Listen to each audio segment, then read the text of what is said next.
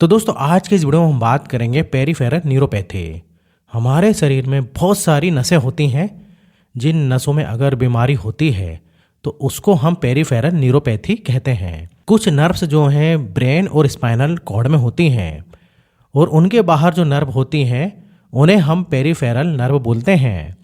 जैसे कि hand, arms, feet, leg और माउथ ऑफ फेस पे जो नर्व होती हैं, ये जो पेरिफेरल नर्व होती हैं उनका काम होता है सिग्नल को वापस से ब्रेन के अंदर ले जाना। किसी वजह से अगर ये मेल फंक्शनिंग हो जाती हैं या फिर किसी इंजरी में या फिर कोई बीमारी हो गई है या फिर बॉडी में कोई इन्फेक्शन हो गया है या फिर कोई पैदाइशी बीमारी हो तो उसकी वजह से जो है आपके नर्व के ऊपर प्रॉब्लम आ जाती है। कई बार एक नर्व जो है इन्वॉल्व होती है तो उसको मोनोन्यूरोपैथी बोलते हैं।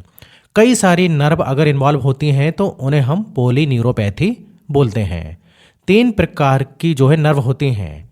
एक होती है सेंसरी, जो स्किन से जाती हैं और हमें जो है छूने का एहसास दिलाती हैं, उन्हें हम जो है सेंसरी नर्व कहते हैं। और दूसरी नर्व होती है जिनको हम मोटर नर्व कहते हैं और जो है मसल से जुड़ी हुई होती हैं, जो हमारे हाथ पैरों की उंगलियां चलना, हाथ पैर का जो है मूवमेंट होना, वो उस मोटर नर्व से डिफाइन होता है। तीसरी जो नर्व होती है उन्हें हम ऑटोनॉमिक नर्व बोलते हैं।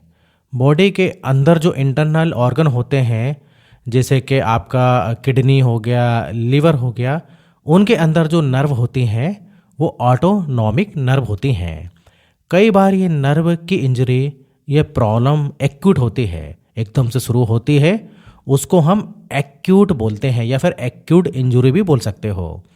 और अगर ये लंबे समय तक चल रही है तो उसको हम क्रोनिक बोलते हैं।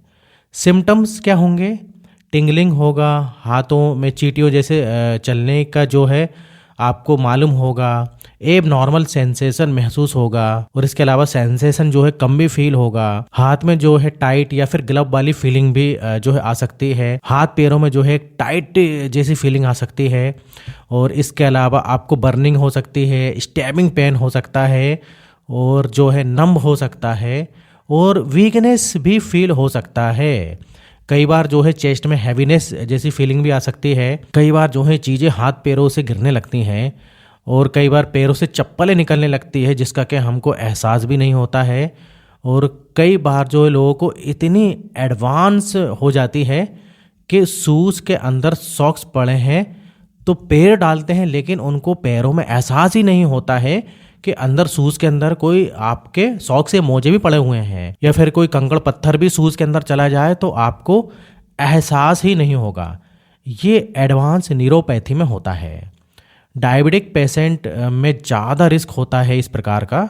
ओवरवेट जो लोग हैं उनमें रिस्क होता है और जिनका हाई ब्लड प्रेशर रहता है और इसके अलावा 40 साल की एज या 40 से ज़्यादा हो गए हैं तो इनमें ज़्यादा नर्व की प्रॉब्लम हो सकती है।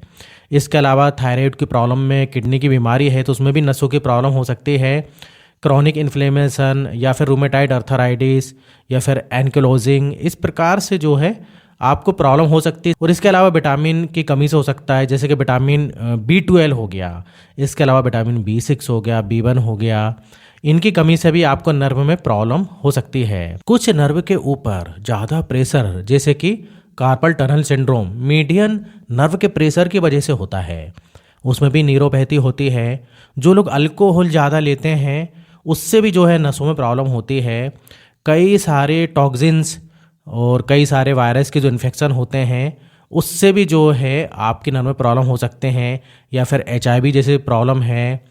इसके अलावा रिमोटाइड है, ल्यूपस जैसी बीमारी है तो उसमें भी प्रॉब्लम हो सकती हैं। और बहुत सारी ऐसी दवाइयाँ होती हैं उनसे भी हमारी नर्व डैमेज होती हैं। अब इसके अलावा डायग्नोस और फिजिकल एग्जामिनेशन के साथ जो है ये नर्व की प्रॉब्लम पता कर सकते हैं और डॉक्टर इसको चेक करते हैं।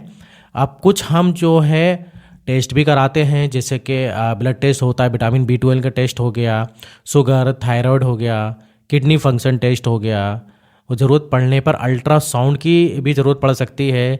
इसके अलावा CT स्कैन, MRI भी कराना पड़ सकती है अगर आपकी नसों में ज़्यादा प्रॉब्लम है तो।